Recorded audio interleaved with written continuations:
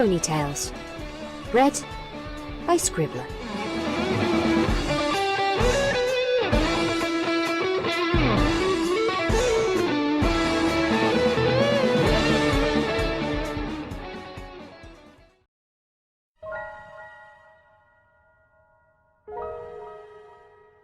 Trixie's Errand by Your Brony God.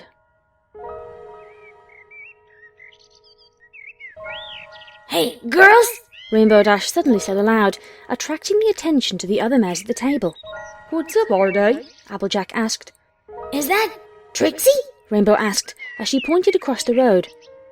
Sure enough, just across the way was the Aise showmare in her cape and hat. She was walking through the town with her muzzle high in the air, ignoring the stares and worried glances from ponies around her.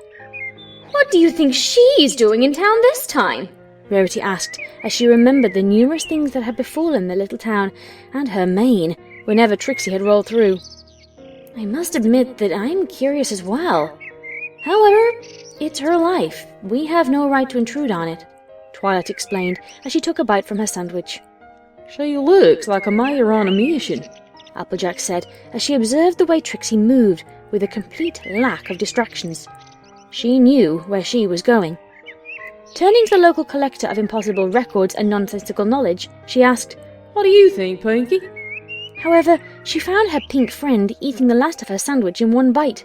Be right back! Pinkie announced as she began trotting away. Pinkie, where are you going? Rainbow called after the pink roadrunner. I have something I need to give Trixie. I won't be too long. With that explanation, Pinkie was out of sight. You know, I don't think Pinkie ever threw her a welcome party, Applejack offered as she watched the dust cloud her friend had left settle. What? Rainbow shouted. That doesn't sound like our Pinkie at all. I mean, she throws a new pony in town a party every time, Rarity said as she failed to think of a time that Pinkie hadn't. Every single one, Fluttershy mumbled to herself as she remembered the numerous times the mad mare of a friend had dragged her out of her nice, quiet, safe home to a party for yet another pony. I know, right? Maybe that's what she's doing now. Rainbow pondered on the idea of a party for the showmare. As much bad blood as there was between herself and Trixie, a Pinkie party would probably be one of the few ways they could bond.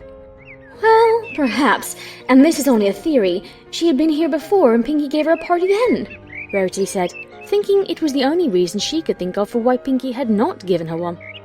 What makes you say that? Applejack asked, knowing that the fussy fashionista wasn't the biggest fan of the showmare. Well, now that I get a good look at her, Trixie actually seems, well, familiar, Rarity explained with a shrug. I think I know what you mean, Applejack responded as she too tried to search her memory. Rarity raised an eyebrow at the fact that she wasn't the only pony feeling like that. Like some pony from a long time ago? Applejack lightly hit the table with a hoof as she pointed at Rarity with the other. Yeah, like when I was just barely out of diapers. Just can't seem to be able to place her. Indeed.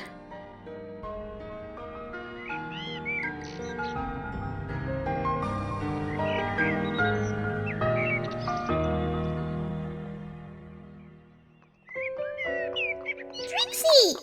Pinkie Pie yelled at the showmare, who seemed not to hear her. Trixie! Pinkie yelled again.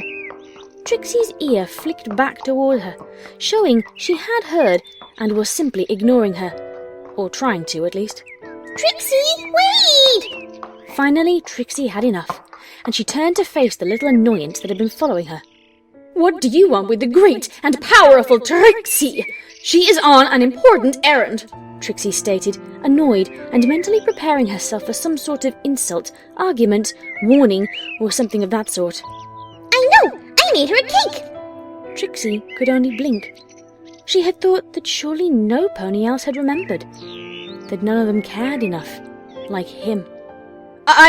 But how did you... Trixie attempted to formulate her question as she was cut off by the grinning pony. I know the birthdays of every pony in Ponyville, silly!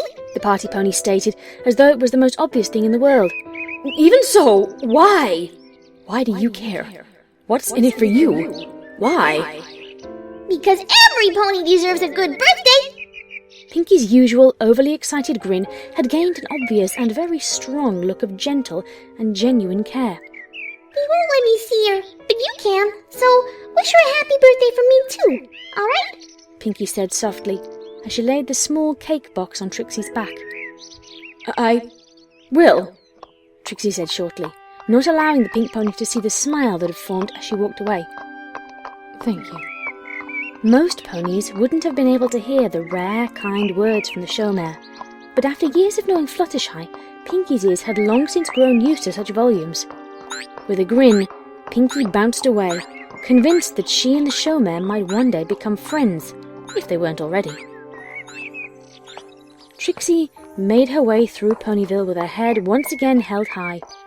She ignored the looks given to her, though she had walked this way the whole time since she had entered this town again. The difference was the small weight of a box on her back, causing an unnoticed smile to cross her lips.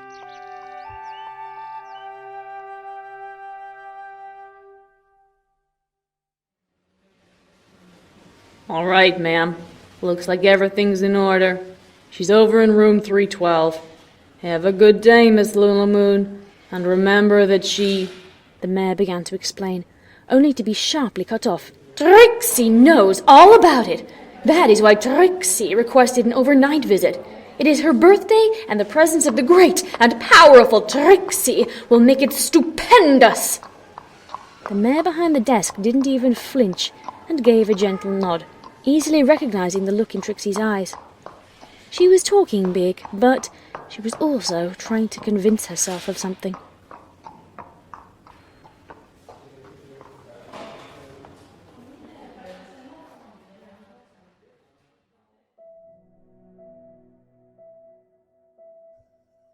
Trixie didn't know how long she had stood in front of the door of room 312, stewing in her memories of the mare she was about to see. The way she remembered her was so very different from the mare she was going to see now. Taking a deep breath, she nodded to the stallion next to the door and went in. Hello, Mother.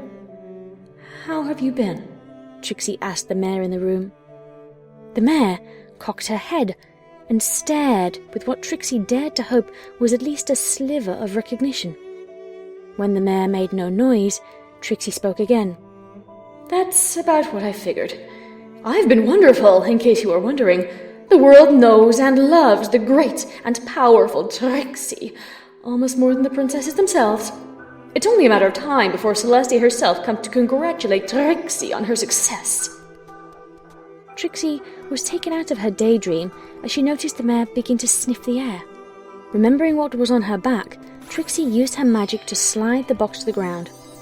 The pink one, Pinkie, her name was, made you a cake. Obviously, with how much ponies love Trixie, they should love her mother just as much, if not more. We can eat it later if you want. As Trixie took notice of her mother taking more interest in the box than her daughter, Trixie's defences began to crumble. She made her way over to the mare. Trixie sat next to her mother. The faintly familiar warmth her coat gave off, making Trixie feel both content and sad. Trixie, I missed you. I still haven't seen Dad since he left. I don't miss him, though. I want him to pay for leaving, to pay for you being here, to pay for breaking our family, for breaking you, for not being a father. Trixie could feel her eyes beginning to sting as the defences, her bravado, stage presence and ego had long formed, were crushed by the feel of her mother's heartbeat. Laying her head on her mother's hooves, the tears that had been teasing their way out began to flow. I love you, Mama. I love you so much. I don't want to leave you again. I don't want to be alone. I lost your cart. I watched you put every nailless screw into it, and I saw it get smashed to pieces. I'm sorry, Trixie admitted, the memories plaguing her mind as she moved her head closer to the chest of her mother, listening hard to her mother's heartbeats. I lied when I came in. The world doesn't love Trixie. Far from it, in fact. I'm sorry if I let you down. I don't even know. I'm sorry, but I just can't lie to you like that. I'm a horrid daughter. Trixie felt something she had not in years. Far too many years. The feeling of her mother grooming her coat. Trixie's tears began to slow down, and her head hid itself deeper in her mother's chest. This was supposed to be your birthday, and I ruined it.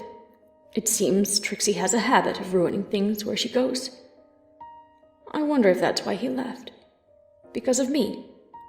The next thing Trixie knew, she heard a low growl and felt a sharp pain on her ear, courtesy of her mother's teeth. Ow! Trixie shouted, rubbing her ear. Her ears splayed back as she saw the look on her mother's face. I know, I'm sorry, Mom. I want to be a pony you can be proud of. Trixie was slowly brought back into her mother's hold as she continued to speak, slowly gaining confidence and joy to her voice as she convinced herself that what was happening wasn't just instinctual, that her mother was getting better, that she recognized her daughter this time. I will be. One day, we're both going to walk out of here together, and then I'll use the bits my amazing shows gathered from their generous donations of Trixie's beloved fans. We can get a home somewhere. We could even build a new cart. Together, just the two of us. With happy images going through her mind, and the gentle sound of her mother's heartbeat in her ears, Trixie drifted off into the most peaceful sleep she had known in so very many years. The mare above her ceased her grooming long enough to nuzzle the mare in her hold. Her daughter? She then did something no pony had heard her do ever since she had come into this room. She spoke. Love, Trixie. Lying off to the side was a white box, which held a cake with a simple message. Happy birthday, Screwers!